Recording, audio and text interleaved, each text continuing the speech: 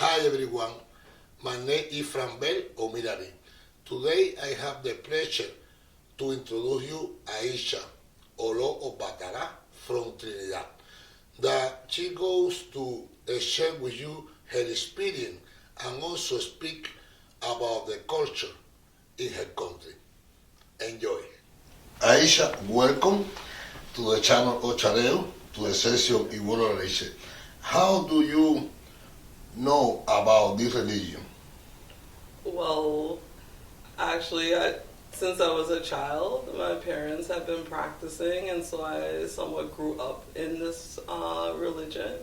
And where we were living in Trinidad and Tobago is where our spiritual practice really took root and started to develop. So from about the age of about maybe 11 is when we really started practicing seriously and attending festivals, participating in our egg-based spiritual activities, and we started at Egg Bay, Onisen, Eladumare in Pity Valley, Trinidad. And that was the springboard for our practice, and it developed from there. How do you know that your guardian angel is Obatala? Well, it was kind of hard to get away from because, well, of course I had a formal reading in which the Babalawo let me know that Obatala is my Orisha and rules my head and is everything for me. However, I also have the very unique position and privilege of having my biological father, who is also an Obatala priest. He is Obala of Trinidad and Tobago, Oriomi Orisha Baby. So my biological father and my spiritual father is Obatala. So that's how I came to know that Obatala is my Orisha, and certainly it's where the knowledge and my love for Obatala started to take root and grow. It was through my father. All right, your father had crown Obatala, Yes. but also that he's Babalawo? He's an Obatala priest. He's not Babalawo. He's an Ifa priest. He's not a Babalawo. Oh, okay. What is the connection that you have with Nigeria? Okay, well, Ifa is from the Yoruba. Ifa practice is Yoruba based. So let me start over. There's a connection between Trinidad and Nigeria. One, historically, through slave trade, meaning a lot of people from West Africa came. Could you tell us something about the Obatala festival in Trinidad? Okay. Well, this year, Obatala Festival is going to be held virtually on Saturday, the 30th of January, at Ida Osa, 51 Alberto Street, Woodbrook. All the rituals will be done privately. Due to COVID, we're unable to gather in large numbers, so it will be a small ceremony to give Ebo for Obatala, offer prayers and Adimu for Obatala and all the other Orishas.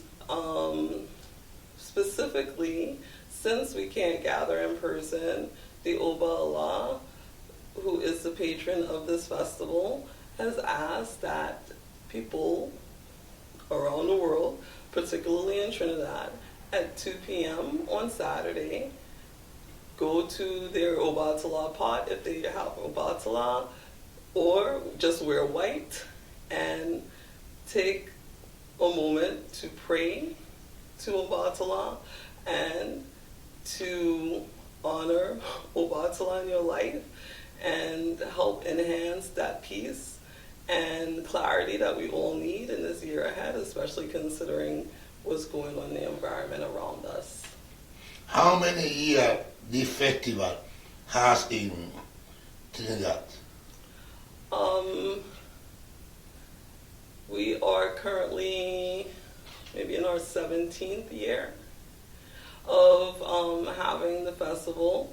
And initially when my father received the title of Ojise Obatala of Ile Ife, he was entrusted with a specific task to spread the message of Obatala in the diaspora, particularly in Trinidad, and to do that through a festival. So this is how the festival started, to honor Obatala, to help spread his message of peace, calm, clarity, tranquility, creativity, share those attributes with the community, and also allow others who don't normally have access to an Obatala shrine to come and offer their prayers and commune with others in the Trinidad Orisha community. Aisha, please, how do you work with the spirits before you do the ceremony for Obatala? Okay. One of the main features in Obatala Festival is a segment where we honor ancestors, not just we honor the land's ancestors, meaning the indigenous people of Trinidad and Tobago, the Carina people. They're known in history books as Caribs and Arawaks, but we don't use those names to refer to them. At Ida Osa in particular, we have a shrine to indigenous people of Trinidad and Tobago, honoring Tamashi Adelaide, which is their primary deity. And the other thing that we do is we invite all the participants at Obatala Festival to write the names of their ancestors on white cloth strips that we give out.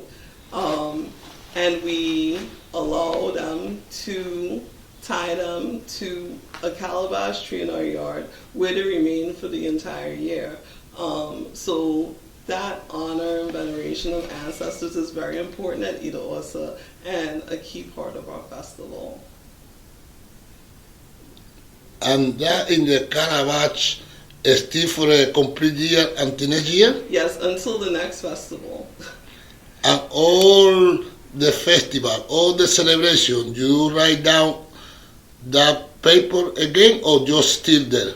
It is just at Obatala Festival where that opportunity is offered. Wow, that is nice for the ancestors.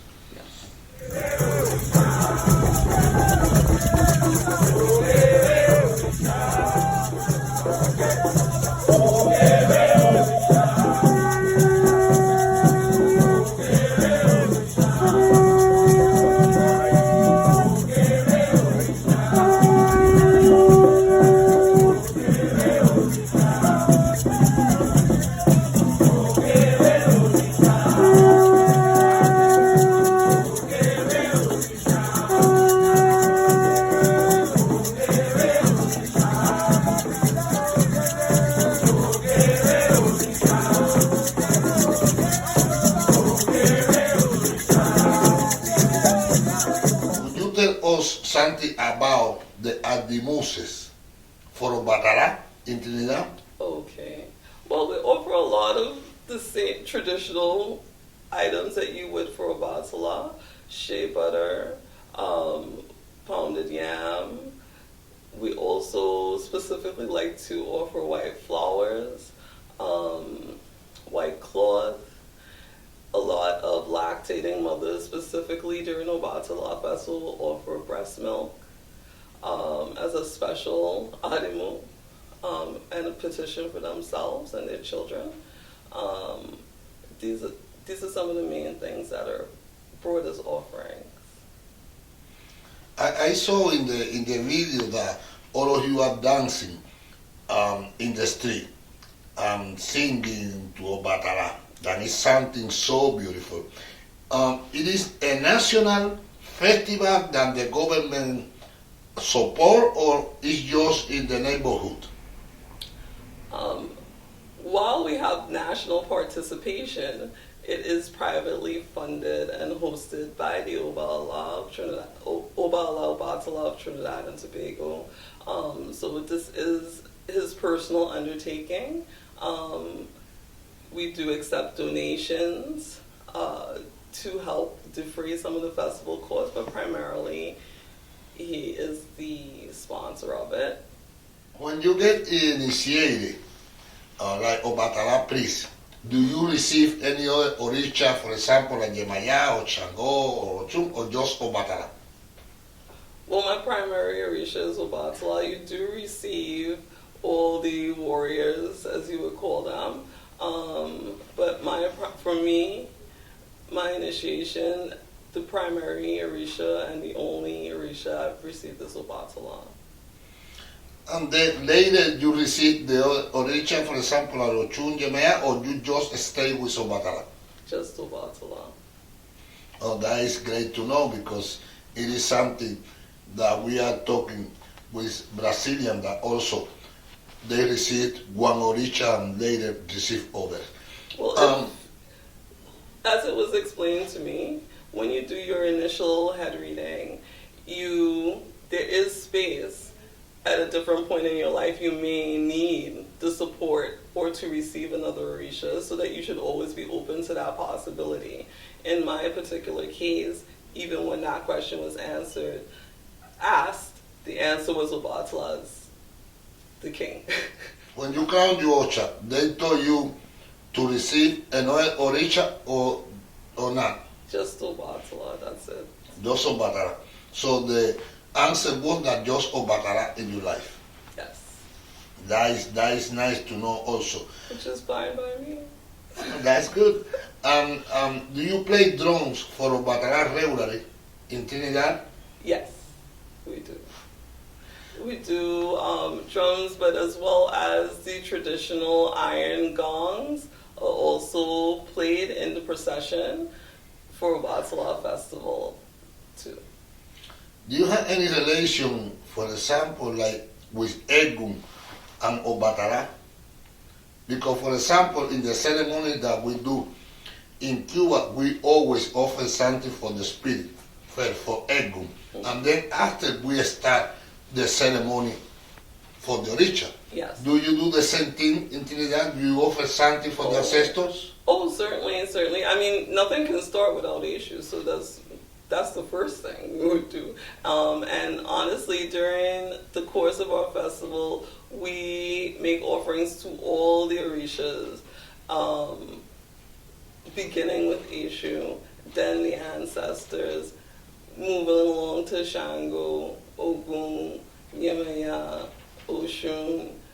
So we serve all the Orishas during the course of the Obatala festival, but primarily Obatala gets the attention. Of course, because it is festival. But something that I would like to know, in Trinidad, do you preserve any Lukumi language or Yoruba language to speak with the Orishas? There's a lot of emphasis on now, with people having more connection with Nigeria, having a desire to learn more about Yoruba and actually learn to speak the language so that they can communicate more effectively. So we do use Yoruba in our prayers and our approaching the Orisha. But we use English as well because we're primarily English speakers. Yes. But we're trying to incorporate as much Yoruba and Yoruba classes and really expanding our knowledge of the Yoruba language to make the spiritual practice more effective for us. Great. I want to ask you about something that you mentioned now, Yoruba classes. Yoruba class is delivered by a Yoruba teacher or from someone from Nigeria or someone that went to Nigeria to study that language? So the classes I know that have been offered so far are from native Yoruba speakers, meaning Babalas who are visiting Trinidad from Nigeria have offered language workshops to help people learn the language better. No, that is something nice. When you crown the watch, when you do your ceremony, do you have a limited time to dress in white, or just if for your entire life, or 1 week or 2 weeks? Well, I think individuals have different prescriptions. In my particular case, white is the best color I could think of for me. It really does bring a sense of peace and calm and clarity. I do feel good when I'm wearing it, but we're not restricted in terms of how long you have to wear it for or anything like that. But as an Obatala devotee and practitioner, I know this is the best color for us always. Of course. But no, I am asking you about that because, for example, in Cuba, when you got initiated, you are supposed to dress in white For a year. for a year. Yeah. After a year, you choose the day. That's why I'm asking you. In Trinidad, they have the same regulation or not? No, because then, that happened to me. When I was initiated in Trinidad and I came back here, and for those people who knew I had been initiated, they were like, why aren't you wearing white? Why aren't you wearing white? And I was like, it's not a requirement for us, so that wearing white for a year is not something that we necessarily do. If Ifa prescribes to you through an Odu that you should be wearing that color primarily or more often, that's when I know people do that. All right, that's good.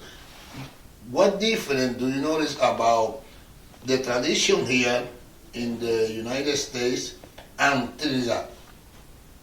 Santeria and Lukumi, I've had some experience and I have many friends who practice. And so I've attended Ocha birthdays and bimbes and things like that. The primary difference is the language, having more of that Spanish influence here. And the style of drumming, too, is slightly different. So those are some of the things I noticed. But then we get to the common things that all the Orishas like, the same types of foods, even though some are prepared slightly differently. Like I know Amala here for Shango is prepared with cornmeal, and Amala in the Yoruba tradition is fermented yam flour. So these are, but again, it's about access to the foods and materials that you need to offer. Well, that's good because it's the same name, and it's offered to the same Orisha, to Chango. The only one that in Nigeria they do with yam, and we do with cornmeal. Yes. Something before we finish this interview, and thank you. How the women work in Trinidad with the Orishas? Well, women play a very central role in Orisha practice in Trinidad. There are many shrines that are headed by women. So they have a large leadership role in the community. So it's not just cooking, it's also helping with the rituals, is also helping to cultivate practices that help to empower and support women through prayer and fellowship.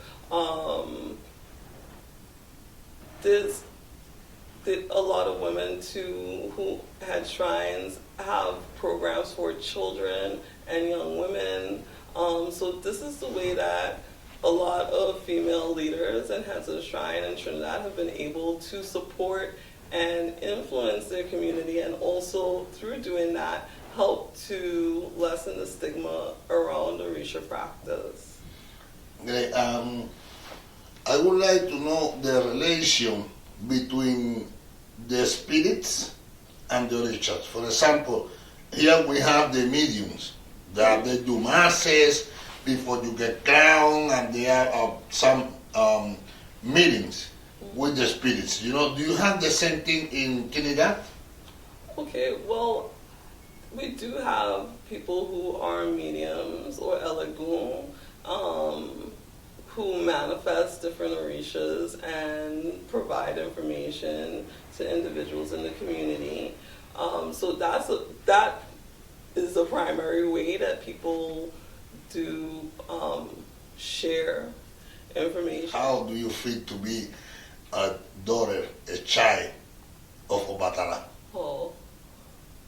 Well, as I was saying, I have the unique position of having my biological father as Obatala devotee, and spiritual father as Obatala. So truly I am a daughter of Obatala, and as time has gone on and through my initiation and my relationship with Obatala has gotten deeper, better. I sometimes it's a lot for me sometimes with this, because he's just everything. My heart and soul.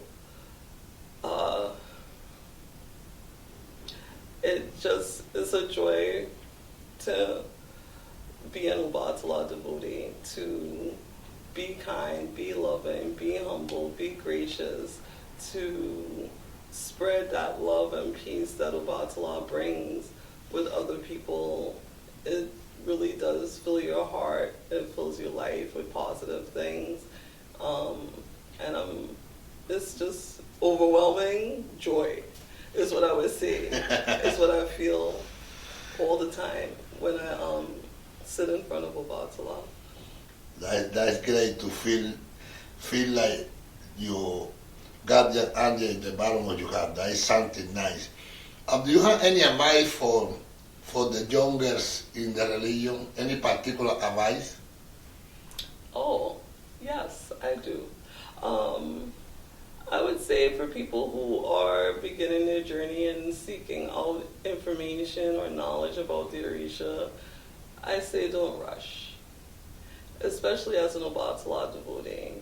Obatala is very long term. He takes a long time. He has a lot of patience. So I would say the main thing you need to cultivate is patience.